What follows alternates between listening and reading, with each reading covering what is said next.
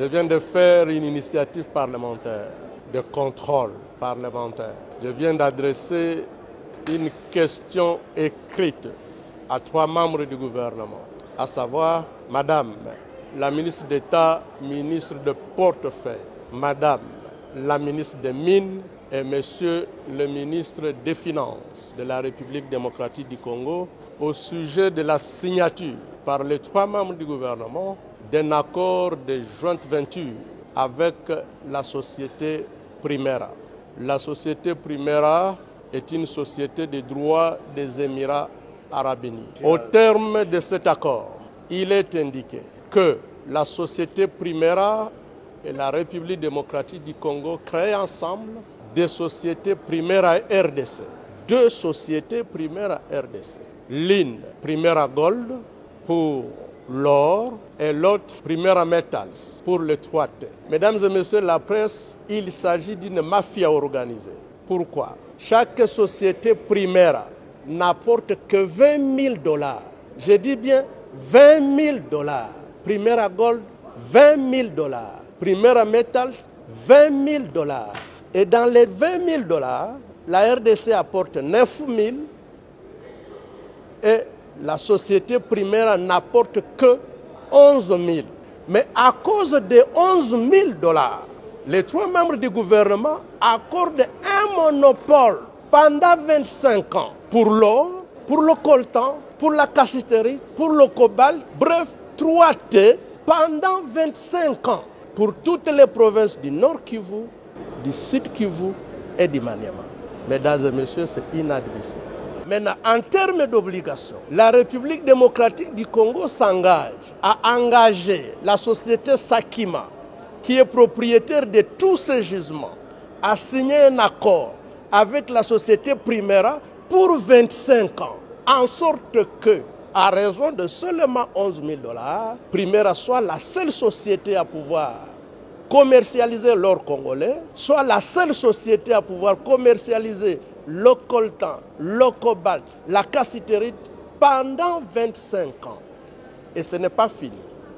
On accorde à la société Primera un régime fiscal privilégié, plusieurs exonérations inédites, et là où elle doit payer au taux de réduction scandaleuse. Rien que pour le coltan, les sociétés congolaises et entités de traitement congolaises payent 12% de la valeur de chaque marchandise, du moins de la cargaison des minéraux, à l'exportation. Là où les sociétés congolaises payent 12%, Primera ne payera que 3,5%. Nous avons calculé uniquement pour le coltan, le trésor congolais paye 80% de ses revenus. Au cours d'un mois, à voir le flux, nous perdrons 500 millions de dollars chaque mois pour les 3 provinces et pendant 25 ans. Nous avons donc dit que c'était inadmissible. Nous avons posé la question aux membres du gouvernement concerné parce que, comme vous le savez, le régime conventionnel a été abrogé par le nouveau code minier. Aujourd'hui, nous sommes sous le régime légal et toutes les sociétés sont traitées de la même manière. Le président de la République dit, et avec raison, vouloir créer des millionnaires congolais. Ce n'est pas en accordant un monopole immérité à une société étrangère que nous allons créer des millionnaires congolais. Ce n'est pas en accordant des exonérations illégales à un étranger que nous créons des millionnaires congolais. Et enfin, ce qui paraît scandaleux, en ce qui concerne le règlement du contentieux, les 3 membres du gouvernement ont renoncé au privilège de la souveraineté de la République démocratique du Congo. Je n'invente pas, le contrat est là gelé. Vous allez même le publier. En ce qui concerne le contentieux, les 3 membres du gouvernement mettent à égalité la RDC avec une société privée en disant que, en ce qui concerne le contentieux ou l'exécution des décisions arbitrales ou judiciaires nées de cette convention signée, la République démocratique du Congo n'invoquera pas son droit à la souveraineté, ni des immunités y attachées. Ce qui revient à dire qu'en exécution d'un jugement produit par Primera, nous pouvons nous retrouver avec le palais du peuple saisi.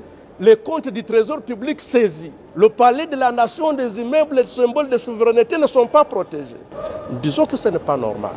Ensuite, comme vous le savez, la société Sakima, à laquelle les 3 membres du gouvernement enjoignent de signer des contrats de jointe venture avec la société Primera, cette société a déjà signé des contrats de même nature avec des sociétés de droit congolais, lesquelles sociétés ne sont pas disposées à renoncer à leurs droits. Ils viennent de faire des déclarations. Il s'agit de la société Amir SARL, CDMC SARL, Stone Mining Company SARL,